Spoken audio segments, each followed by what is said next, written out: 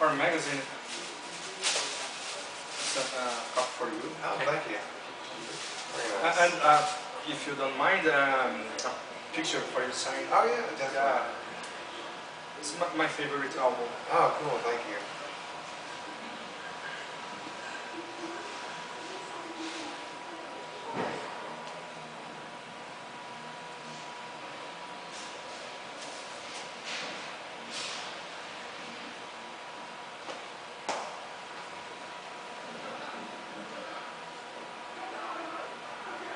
Oh, thank you so much. You're welcome.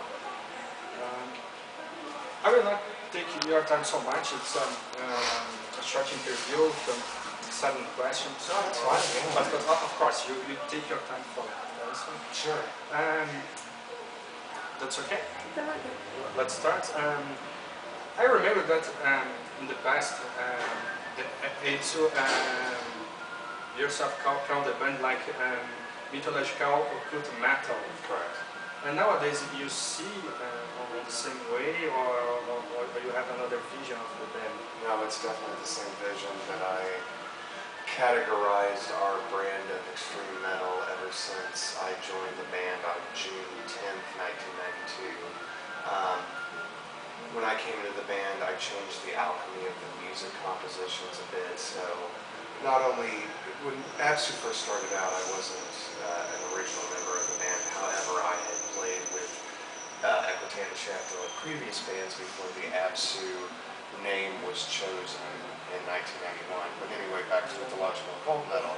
We were blending styles of black, death, thrash, traditional heavy metal, and progressive elements all together. So instead of just classifying Absu as one particular yet generic style of metal music, I decided to call it mythological occult metal because mythology and the occult and certain kinds of magic are the foundational lyrical conceptions within the poetry behind the band.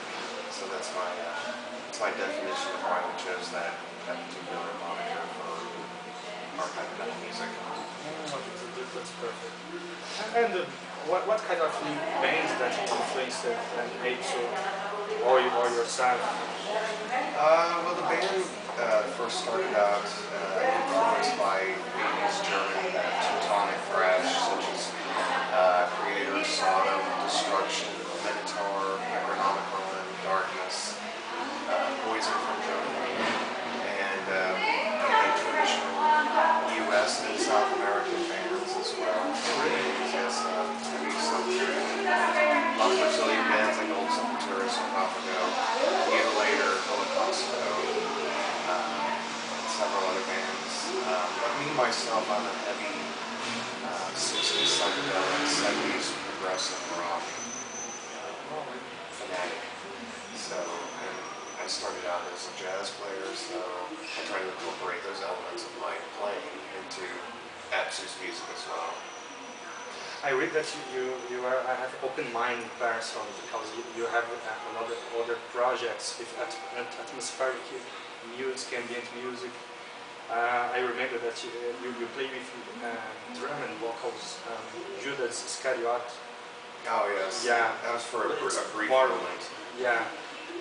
More black metal Yes. way. And another band. Soil Bleeds Black. Soil Bleeds Black. It's a dark ambient music, I think. I was never incorporated with that band. Two members of that band and I had briefly formed a project called Moon Root back in 1997, but nothing ever appeared of the project. And this has you put the Absu on hold because to dedicate another project for a while. And today, what do you see this phase of your life and the decision of back to after this break with the project? Right. Well, the main principle behind the reason why the band went on hiatus in early 2003 is because the other two original members of the band, Sheffield and Egerton, decided not to pursue the interest of Absu any longer. So I decided that it would be a wise decision to take a break from the band. So from 2003 until 2007, Absu was basically on pause for that particular time, and I was waiting around for the other two original members to find some interest in resurrecting the band again. However, in 2007, when I was ready, I contacted both of them. They were not prepared, didn't show any interest in pursuing Absu again. So I started to recruit new members, and it took a while from the beginning, but now the current lineup that I have is probably the strongest Absu lineup, especially in a live atmosphere. So it's been a lot of ups and downs, peaks and valleys with Absu over the past 21 years, but it's going very strong now. And speaking of, I have put all side projects to rest just to solely concentrate on Absu, so that's the only thing that I'm currently doing right now. Yes. Nowadays, no new projects, no, just Absu. Just Absu. Just Absu. Okay. And like you mentioned, previously, the Absu had other names in the past. But what's the decision of keep the Absu name, the choice of the Absu name?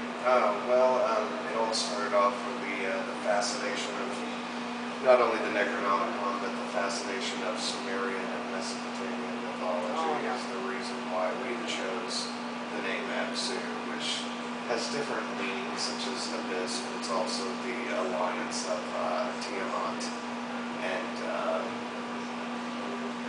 Sumerian and Mesopotamian mythology. So the English translation of it means abyss, and I think that's the best representation of Absu's music. Okay, so perfect. In the United States, there are few bands that play black metal. Do you think that Absu is the pioneer of this style into the United States? I wouldn't say that we're pioneers, but we are somewhat one of the older bands, especially coming from the United States. I feel that we're a different breed amongst the other bands across the globe. Like I said, that's why we call it mythological black metal, because there are black metal influences, a little bit of death, some thrash, traditional heavy metal, and a lot of 70s progressive influences as well. So I feel like we're not necessarily pioneers, but innovators, so to speak. It's fantastic. The single, Hall of the Master, is so fantastic. Yes, I heard it. It's so fantastic. It's a piece of the fans of the can expect it for the next album. Yes. On the same line of song? Yeah, somewhat. We're thinking about possibly re-recording that song because it was quickly written. But more or less, the next album will be in that vein, but a little more musically chaotic than the past two albums that were released on Candlelight Records. It's a matter, the goal so far is to probably place 16 to 18 tracks on the album, shorter songs, less epic songs, because my goal in Absu is not to create the same album within the discography and still keep it the quote-unquote mythological occult metal, still keep it in the same vein, but I want to strive for a different production, a little bit of a different sound per album, so each album doesn't sound the same, like AC/DC, for example,